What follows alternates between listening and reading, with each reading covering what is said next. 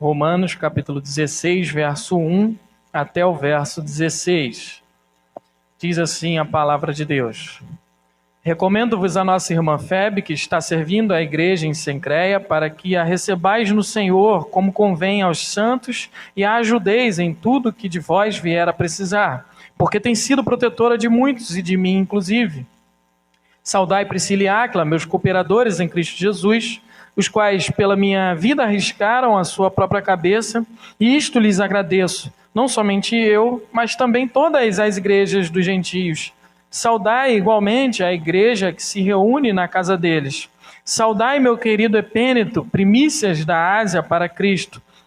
Saudai Maria, que muito trabalhou por vós. Saudai Andrônico e Júnias, meus parentes e companheiros de prisão, os quais são notáveis entre os apóstolos e estavam em Cristo antes de mim. Saudai Ampliato, meu dileto amigo no Senhor. Saudai Urbano, que é nosso cooperador em Cristo, e também nosso amado Estaques. Saudai Apeles, aprovado em Cristo. Saudai os da casa de Aristóbulo. Saudai o meu parente Herodião. Saudai os da casa de Narciso, que estão no Senhor. Saudai Trifena e Trifosa, as quais trabalhavam no Senhor. Saudai a estimada Pérside, que também muito trabalhou no Senhor. Saudai Rufo, eleito do Senhor, e igualmente a sua mãe, que também tem sido mãe para mim. Saudai Assíncrito, Flegonte, Hermes, Patrobras, Hermas e os irmãos que se reúnem com eles. Saudai Filólogo, Júlia, Nereu e a sua irmã, Olimpas e todos os santos que se reúnem com eles. Saudai-vos uns aos outros com ósculo santo. Saudai todas as igrejas de Cristo. Todas as igrejas de Cristo vos saúdam. Amém. Oremos. Santo Deus, estamos diante desse texto inspirado do Senhor, em que o seu servo, o apóstolo Paulo, escreveu, inspirado por ti mesmo. Esse texto, Pai, de saudação, tão belo, Pai, que nós podemos perceber aqui a comunhão da tua igreja.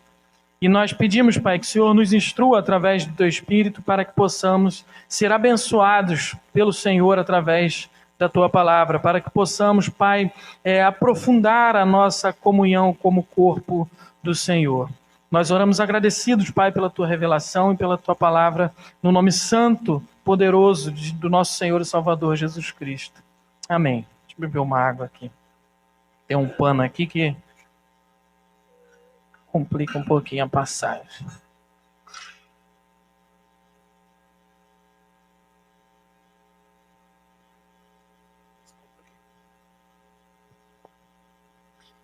O que é a comunhão? O que é a comunhão da igreja? Às vezes a gente fica pensando, não é, sobre viver em comunhão, né? Comunhão da igreja, do corpo de Cristo. E às vezes a gente acha que comunhão da igreja é só vir à igreja, né? Que comunhão é só estar aqui nas reuniões, que comunhão é bater um bom papo, ter uma boa conversa com um irmão aqui na igreja. A gente acha às vezes que comunhão é somente isso. Eu tenho por certo que isso faz parte da comunhão. Com toda certeza isso faz parte da comunhão. Mas a Escritura, ela aponta para nós aspectos da comunhão, práticas da comunhão que aprofundam muito mais a comunhão do corpo de Cristo do que somente vir à igreja, se reunir, conversar, tomar um café e ir embora. A gente vai perceber nesse texto aqui de Paulo sobre dois lados da mesma moeda da comunhão, coisa que a Bíblia afirma como nós aprofundamos e vivemos de fato uma comunhão profunda com os nossos irmãos em Cristo. Paulo, ele trata nessa carta aos Romanos de temas profundamente teológicos, não é? É talvez aqui a epístola mais teológica de todas as outras do Novo Testamento. A maioria dos estudiosos divide essa epístola de Paulo aqui em duas partes. A parte doutrinária, que vai do capítulo 1 até o capítulo 11, ou seja, a maior parte da epístola, e onde nessa parte do capítulo 1 a 11, Paulo estabelece ali um alicerce doutrinário, né, da igreja, da reconciliação do povo de Deus né, com o próprio Deus, onde ele fala do pecado, da pecaminosidade da humanidade, onde ele mostra como toda a humanidade é depravada, no capítulo 1, 2, 3, não é? E já lá no capítulo 3, depois que ele afirma que não há nenhum justo sequer, que todos pecaram e carecem da glória de Deus, ele afirma o plano redentor da salvação, da justificação pela fé em Cristo Jesus, na morte, na ressurreição do nosso Senhor e Salvador, que é o que a gente celebra, não é, nas ministrações de Santa Ceia.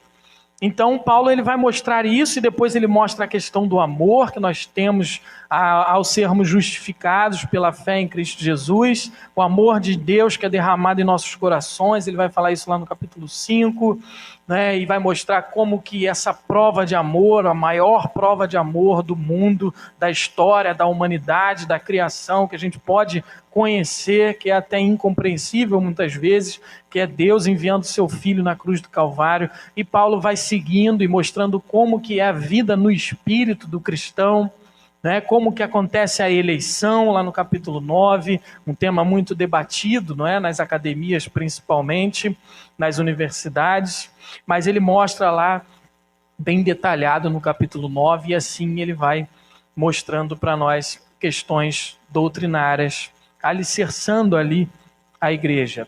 E ele entra na parte prática lá no capítulo 12 até o capítulo 16. E no capítulo 12 ele já inicia falando da nossa renovação da mente, onde a gente deve se voltar para o Senhor e não viver para esse século, mas renovar a nossa mente no Senhor, para que a gente viva para Ele, experimente a sua boa, agradável e perfeita vontade. E ali ele vai falando um monte de coisa relacionada à prática cristã, até onde ele chega aqui no capítulo 16, num texto que talvez é tão negligenciado, deixado de lado, porque parece, não é um texto assim como as genealogias que a gente vê no Antigo Testamento, a gente vê nos Evangelhos, parece um texto, não é, que passa despercebido. A gente vê um monte de saudação o tempo inteiro, e o que é isso que ele está dizendo aqui? Está só mandando um abraço para o pessoal, não é? E parece que não tem nenhum sentido aqui, nenhum propósito nesse texto doutrinário, teológico ou prático para a igreja, não é, que está aqui só por estar, não é, sem nenhum tipo de propósito de edificação para a igreja como parte da revelação do Senhor. Mas como é parte da revelação do Senhor Jesus para nós, para a igreja, certamente isso aqui tem um propósito. Esse texto, essa porção que nós lemos, tem um sentido muito profundo aqui. Não é simplesmente, né, um texto onde a gente muitas vezes ouve pessoas brincando, um texto para a gente buscar nome para o nosso filho, né? Porque tem vários aqui que a gente pode, pessoal que tem pouca criatividade aí, está com dificuldade para escolher o nome do filho, você com certeza você vai achar alguns aqui bem interessantes. Se for gêmeos, né, você vai ver trifena, trifosa, você vai ver uns nomes bem legais aqui para você nomear aí os seus filhos. Mas não é para isso que esse texto está aqui, não é esse o propósito. Paulo, ele tratou de temas importantíssimos teologicamente aqui, falando aos romanos, fundamentais, mas ele não abre mão da vida comunitária do povo de Deus, da comunhão da igreja. E ele fecha essa carta com diversas saudações, onde ele vai demonstrar afeto, carinho aqui pelo povo, onde ele pinta para nós essa bela comunhão da igreja de Cristo, onde fica destacado aqui para nós, e eu quero destacar para os irmãos hoje, duas coisas, duas características da comunhão da igreja, da comunhão do corpo de Cristo, que é serviço comunitário e cuidado de afeto. Primeiro, o serviço comunitário. A gente vai ver aqui Paulo descrever várias pessoas que serviram e somaram forças, não é, na obra do Evangelho, no reino de Deus. Ele vai citar Febe aqui, que foi a pessoa, né, Febe, que levou essa carta de Paulo aqui aos seus destinatários em Roma. Foi ela que estava carregando essa epístola aqui até os seus destinatários lá em Roma. Além disso, Paulo menciona que ela estava servindo na igreja de Cencreia. Né? Ela era serva, ela estava servindo. E o sentido ali de servir é a mesma palavra de diáconos. Né? Diáconos, na verdade. né? É o serviço, a mesma palavra que usam para traduzir o diácono, né? Então ela estava servindo numa obra específica lá na igreja de Cencreia. Obviamente que não é base para o ministério diaconal feminino, porque existem diversos momentos da palavra de Deus que a gente vai ouvir essa palavra sendo usada em outros sentidos, separado daquele que foi lá em Atos 6, na eleição dos diáconos para a igreja. Mas ela servia a igreja, ela estava servindo a igreja em Cencreia. E Paulo menciona mais, ele ainda vai além. Ele fala que a Febe, ela foi a sua protetora e protetora de muitos.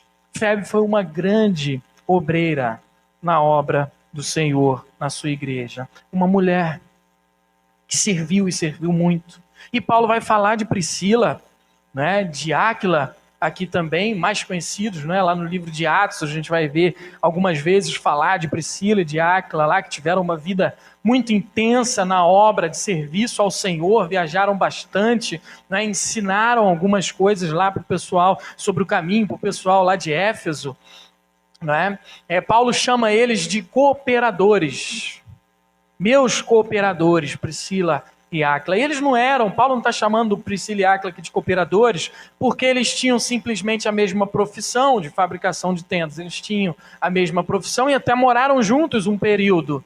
Mas não é por causa disso que Paulo está chamando aqui, não é? Quem sabe, não é? Eles até tiveram uma sociedade ali juntos. Mas não é por isso que Paulo está chamando Priscila e Áquila aqui de cooperadores. Mas Paulo chama eles de cooperadores no sentido do reino dos céus. Eles passaram um tempo de caminhada com Paulo muito grande, juntos, em viagens muitas vezes, e contribuíram juntos para o avanço do evangelho, junto com Paulo. Por isso Paulo está chamando aqui, eles são meus cooperadores. Tanto é que Paulo diz que eles correram risco de vida para salvarem a vida de Paulo. Nós não sabemos muito a fundo aqui, né, o que aconteceu, mas eles arriscaram a sua cabeça pela vida de Paulo. Dessa forma, eles cooperaram para a obra do Evangelho do Reino dos Céus também. A gente não sabe muita coisa aqui de Priscila e de Áquila, igual a gente conhece de Paulo. Mas a gente sabe que eles arriscaram a sua vida para proteger aquele que foi o apóstolo dos gentios, aquele que foi o maior missionário da igreja, aquele que mais escreveu, inspirado pelo Espírito Santo no Novo Testamento. Por isso, Paulo diz que não só ele que agradece aqueles irmãos por causa disso, mas todas as igrejas dos gentios também agradecem Priscila e Áquila, porque eles foram favorecidos também, porque a vida de Paulo foi preservada e Paulo contribuiu para aquelas igrejas dos gentios. Eles tiveram uma participação crucial ali na obra de Deus. O fato de Priscila e Áquila não aparecerem tanto nas escrituras, não é? Talvez não terem contribuído com as mesmas coisas que Paulo, das mesmas maneiras, com as instruções para as igrejas que Paulo fez, com 3 viagens principais missionárias, plantando várias igrejas, como Paulo fez, mas isso não diminui o serviço de Priscila e de Áquila, pois contribuiu para esse avanço da igreja, para esse avanço do evangelho, para que Paulo pudesse continuar vivendo e servindo a Deus também. Paulo menciona mais 2 mulheres aqui que trabalharam muito no Senhor, Maria e Pérside. Ele diz que elas trabalharam muito no Senhor, e tem outras 2 que ele fala que trabalham ainda, Trifena e Trifosa. E o verbo usado aqui nesses 4 casos, para essas 4 mulheres, no sentido do trabalho, a palavra trabalhar aqui tem um sentido muito mais profundo do que aquele trabalho que a gente conhece, não é? Que a gente fica lá 8 horas por dia e tudo mais, faz um trabalhinho legal, não é?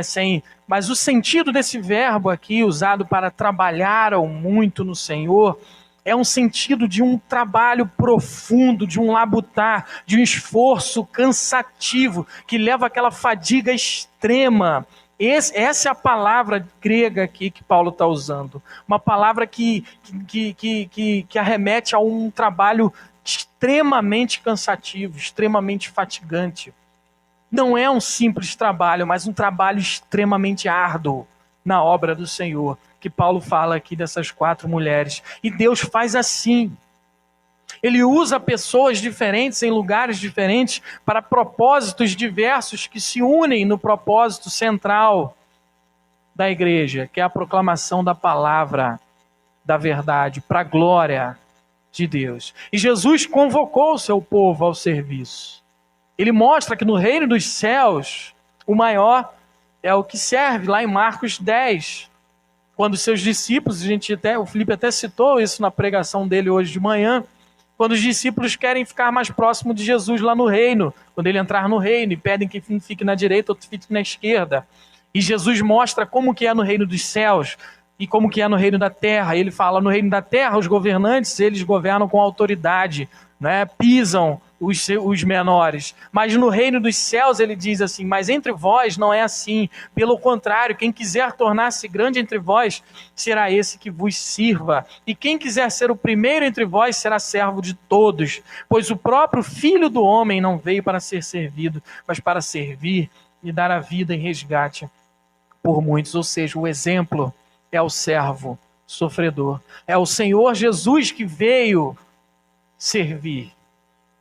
Esse é o chamado da igreja do reino dos céus. Essa é a ética do reino dos céus, serviço. A gente não está aqui para simplesmente ser servido. A gente está aqui para servir, automaticamente nós seremos servidos por alguém também. Mas nós somos chamados a servir ao Senhor.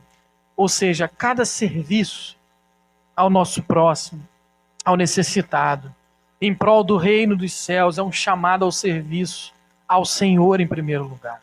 Quando nós ajudamos necessitados, quando nós ajudamos o pessoal lá com a ajuda que a gente levantou aqui na igreja, lá em Petrópolis, quando nós ajudamos diversas outras pessoas, a igreja ajuda com cesta básica e por aí vai, a gente não está ajudando somente essas pessoas, simplesmente.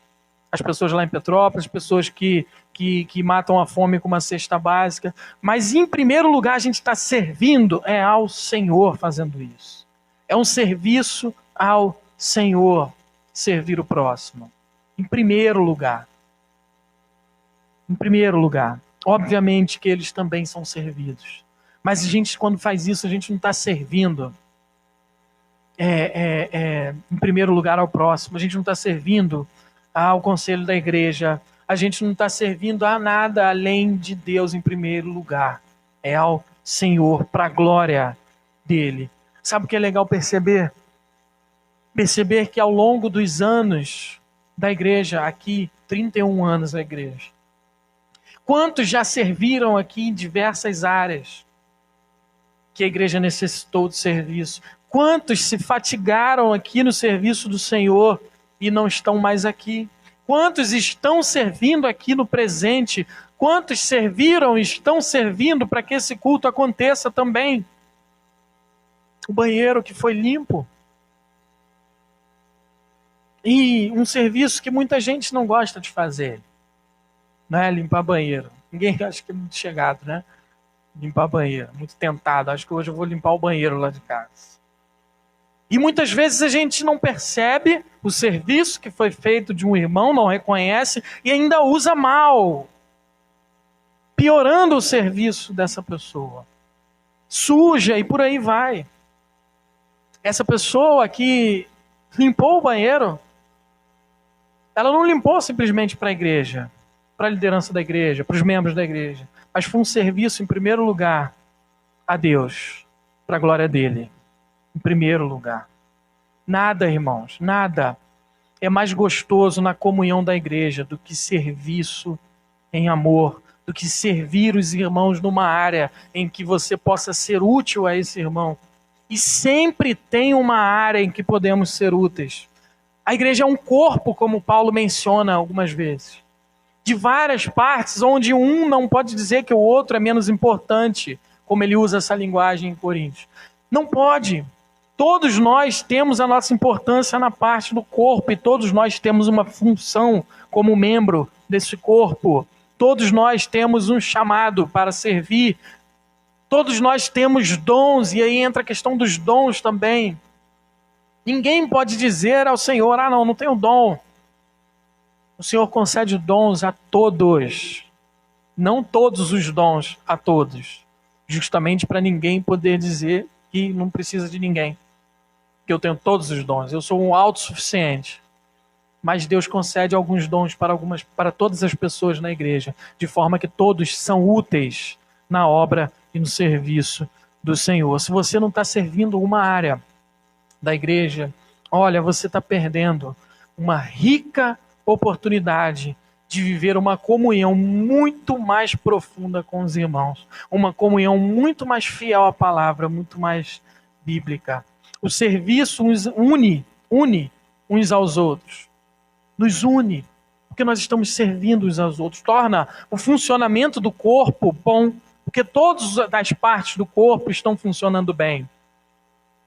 Isso usando a metáfora do corpo, o que vai acontecer? Se uma parte do corpo não funciona bem, um órgão, alguma coisa, o que acontece? Vai ficar doente, vai falhar em alguma coisa.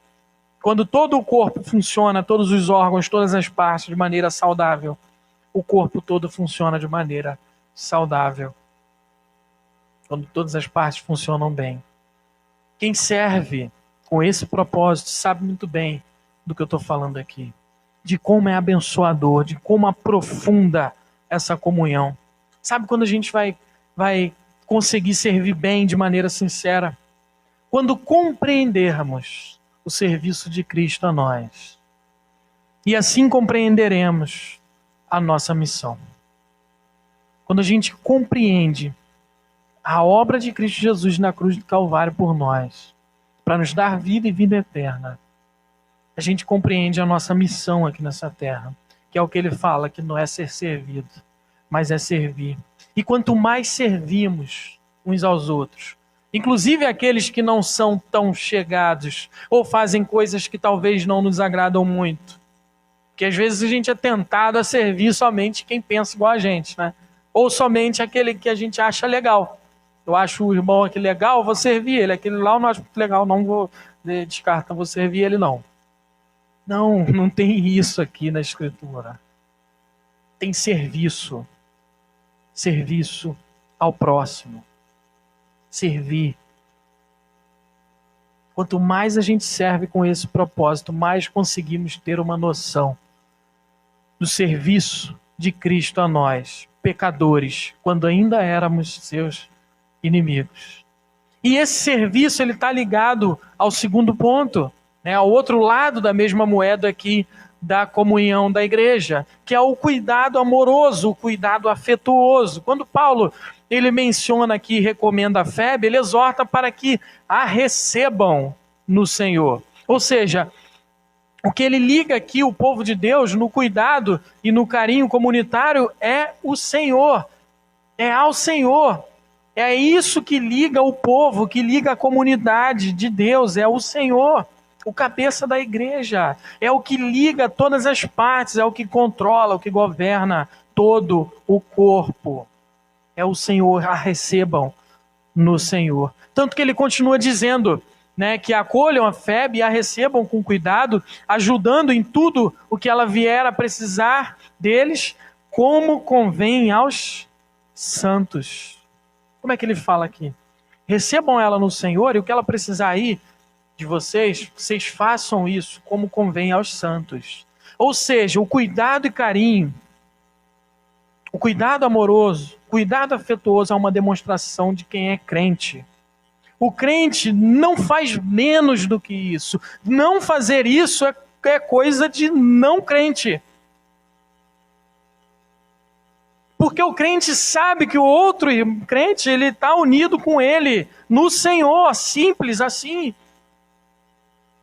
Simples. Paulo menciona Febe aqui como a sua protetora e protetora de muitos outros. Apesar dele não especificar aqui o tipo de proteção, o cuidado que ela fez, mas demonstra que ela era uma mulher que dava assistência, que demonstrava cuidado para com todos os outros que tinham necessidades, e muitos, não somente Paulo. Muito provavelmente ela hospedava cristãos naquela época, que não havia muita hospedaria para cristãos. Muito provável. Paulo menciona aqui também, né, como Priscila e Áquila correram risco de vida, não é? Como eu já falei aqui, para salvar a vida dele, para que ele pudesse continuar vivendo. Acho que ninguém aqui correria risco de vida para salvar alguém, né, que não tenha um amor muito próximo, um apreço muito grande. Mas eles correram risco de vida. Olha o cuidado amoroso aqui. Em prol do reino, em prol da obra do nosso Senhor. Cuidado amoroso. Paulo manda saudações aqui para várias pessoas diferentes. Essas saudações são como mandar um abraço.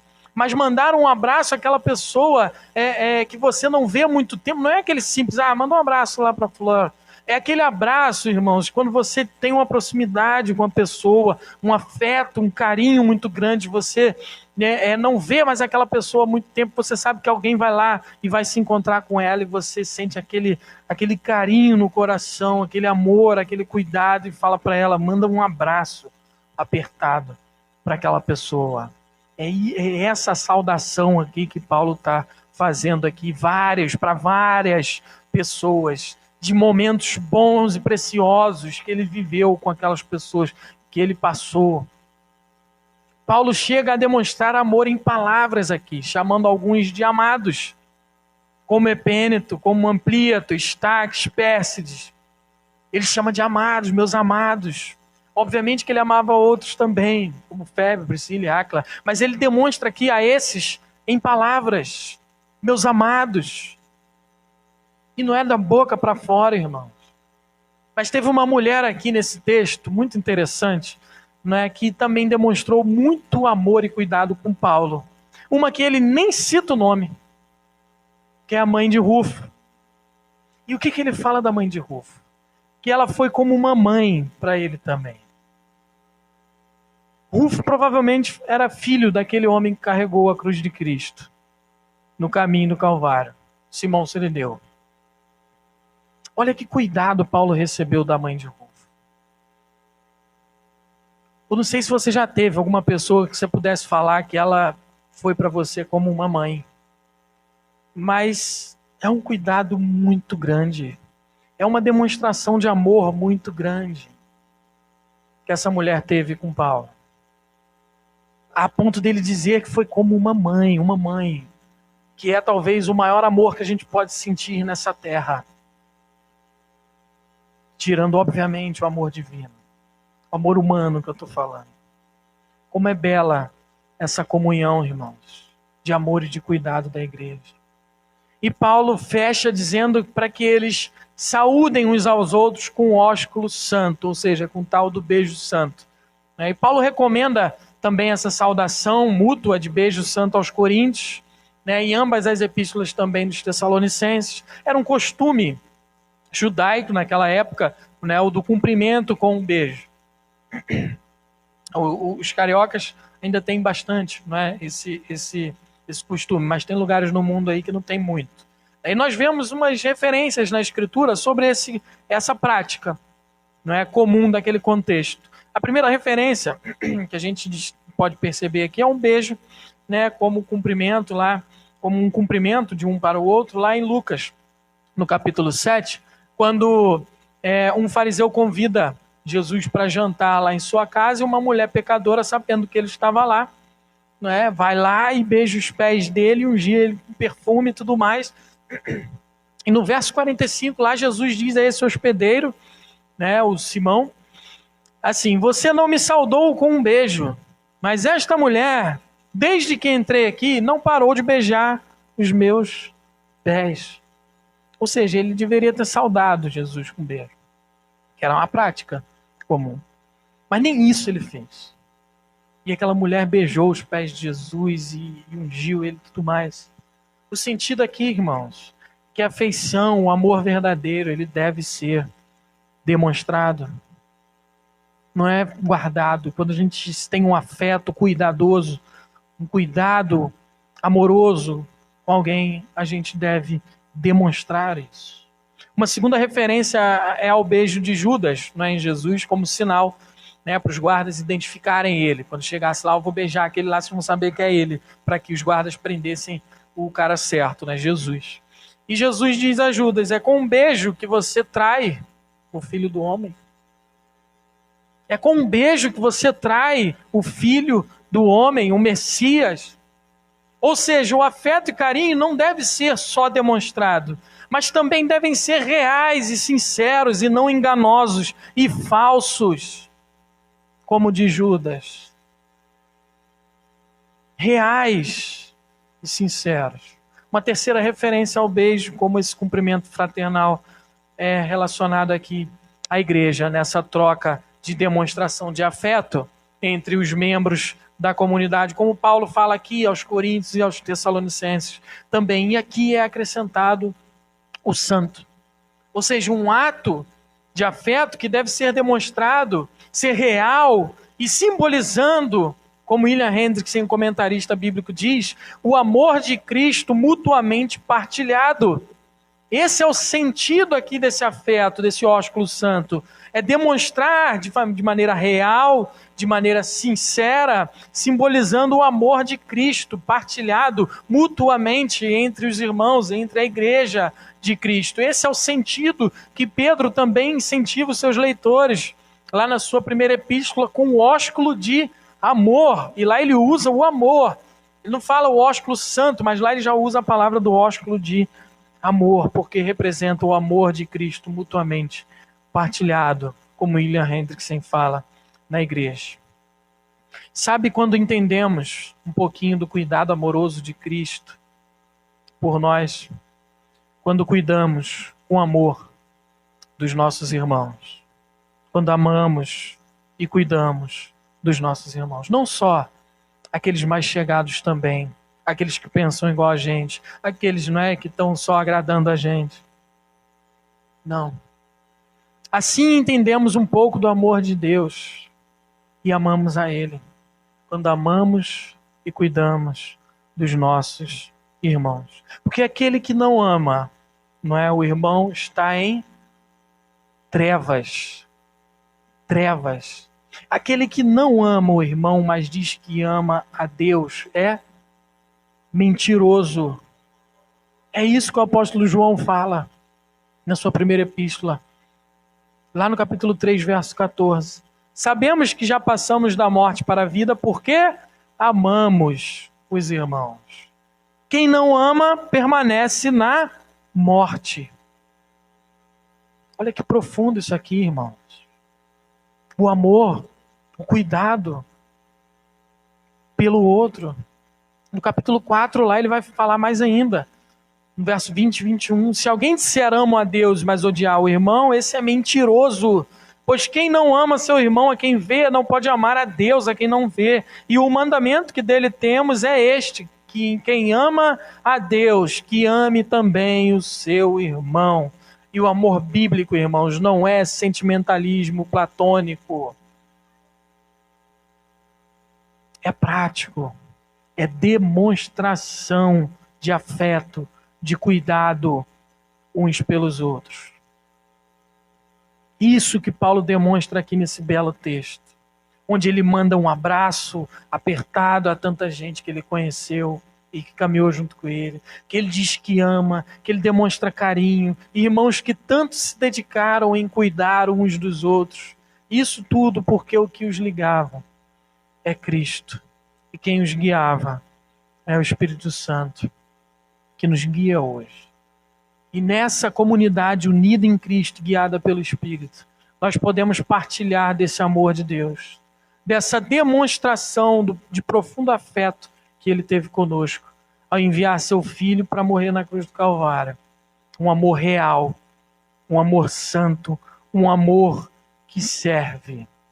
É um privilégio fazer parte dessa comunidade da fé, de um povo santo que o Senhor reuniu em seu nome para a sua glória, e partilhar com os irmãos, de alguma forma, tudo isso que recebemos do nosso Senhor. Partilhando desse afeto santo uns com os outros, nós podemos, com toda certeza, ter um entendimento melhor sobre o afeto de Cristo por nós. Para concluir com algumas aplicações. E essa aqui eu espero que você não me compreenda mal. É necessário, até porque eu não estarei sempre aqui, não é? E nem vocês estarão sempre aqui também. A gente pode mudar de igreja, de local. mas é uma aplicação que a gente pode tirar desse texto. Primeira coisa, não caia no grande erro de achar que tudo é responsabilidade do pastor. Obviamente, não é que o pastor ele tem um serviço muito grande e sério de cuidado, de preocupação, de dedicação às ovelhas de Cristo, mas isso é completamente diferente de achar que tudo é responsabilidade dele. Há um salto gigantesco aí.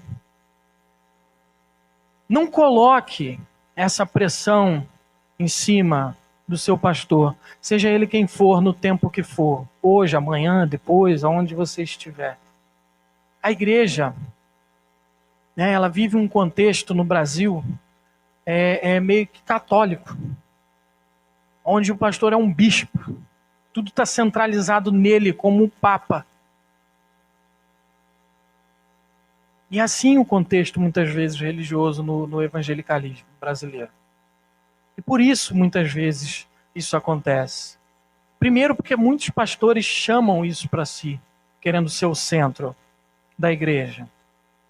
E muita gente coloca essa pressão, essa cobrança, de que tudo é sua responsabilidade.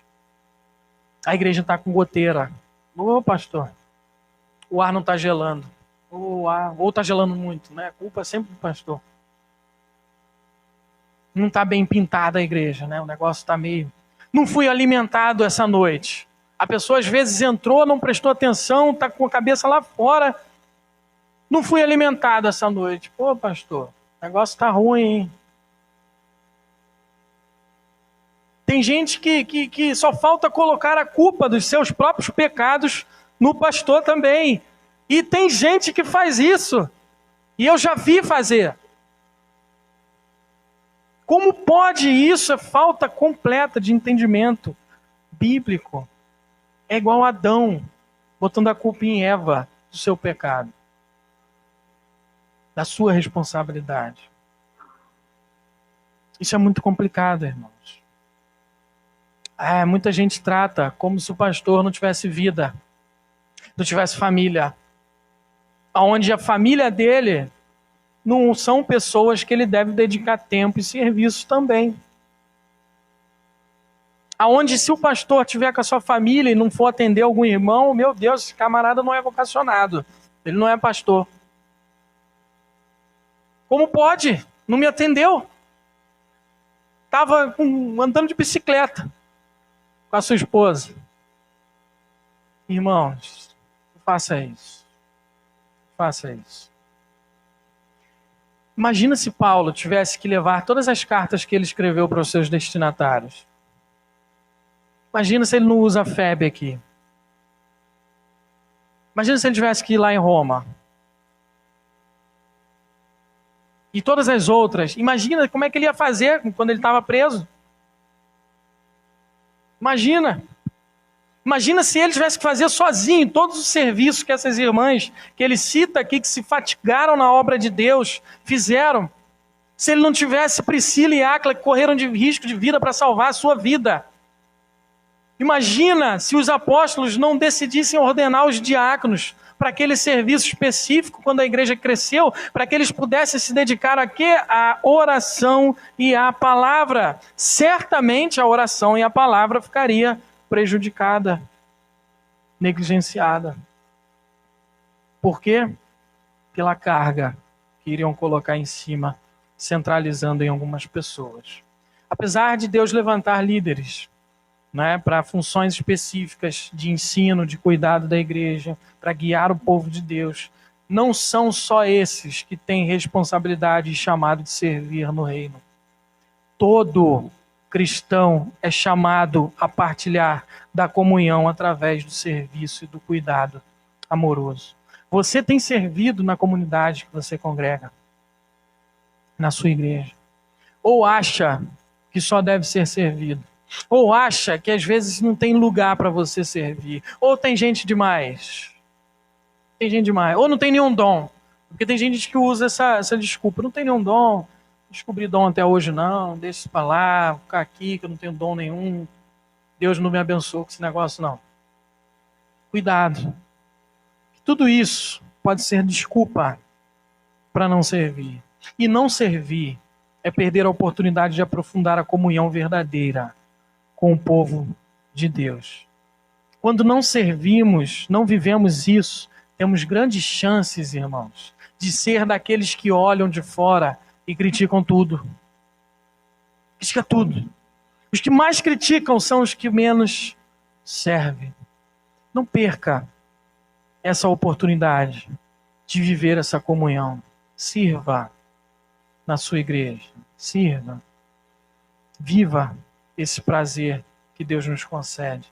E aqui uma aplicação para as mulheres. O trabalho feminino.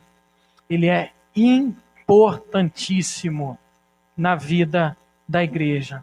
Deus criou homem e mulher, como a gente vai ver lá no Éden. Lá no relato da criação em Gênesis 1, 2. São diferentes. Não são iguais, como muita gente diz por aí agora, né? Que é tudo igual.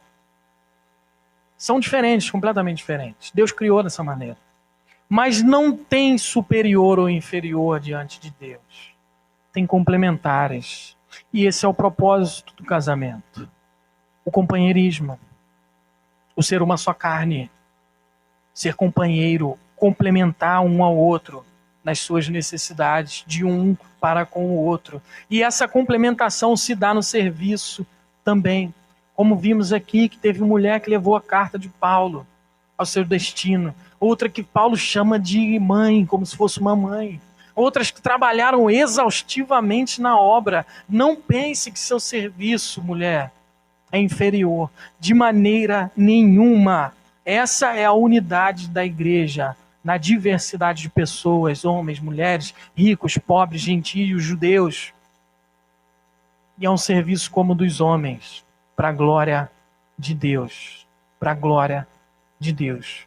Paulo reconhece o serviço e obra de tanta gente, de tanta pessoa aqui. Mais uma aplicação para nós. Paulo não diz aqui, saúda Maria aí, porque ela fez mais do que sua obrigação. Porque Maria tinha que fazer isso mesmo, que ela vai estar reclamando de quê? Ela tinha que fazer a saúde dela aí, mas ela fez a obrigação dela que ela tinha que fazer. Você tem reconhecido o trabalho daqueles que se fatigam na obra do Senhor? Elogiar, irmãos, elogiar não é pecado. Não é pecado. Tem gente que acha que elogio é pecado. Não pode elogiar, porque é pecado. Não está dando glória ao homem. Meus irmãos, tire isso da cabeça. A gente vai, se elogiar é pecado, meu Deus, o que Paulo está fazendo aqui? Se não elogiando, reconhecendo um trabalho, porque elogio é isso, irmãos. Elogio não é bajular. Elogio não é ficar falando coisas com intenções, com segundas intenções, coisas falsas. Elogio é um reconhecimento sincero, sem bajulação, sem segundas intenções, mas um reconhecimento de um serviço prestado ao Senhor com excelência, com empenho, com dedicação. Isso que Paulo faz aqui, e isso é motivador, irmãos, restaura o ânimo e as forças em alguns momentos da caminhada de várias pessoas. Deus usa isso. Certamente aqueles que receberam isso aqui de Paulo e leram, sem dúvida ficaram motivados e com seus ânimos, suas forças redobradas. O pecado não está no reconhecimento, está no que a pessoa faz com esse reconhecimento. Se ela se ensoberbece, aí é outra história. Aí é o coração dela. Mas não está no reconhecimento. Então não perca a oportunidade de você reconhecer o serviço daqueles que servem ao Senhor com excelência. Outra coisa, qual foi a última vez que você ligou, né, para bater um papo, para perguntar como é que está algum irmão seu da igreja? Você lembra? Você lembra a última vez que você foi lá? Eu vou tomar um café contigo. Bater um papo e conversar e ver se está precisando de alguma coisa, uma necessidade, orar junto. Qual foi a última vez?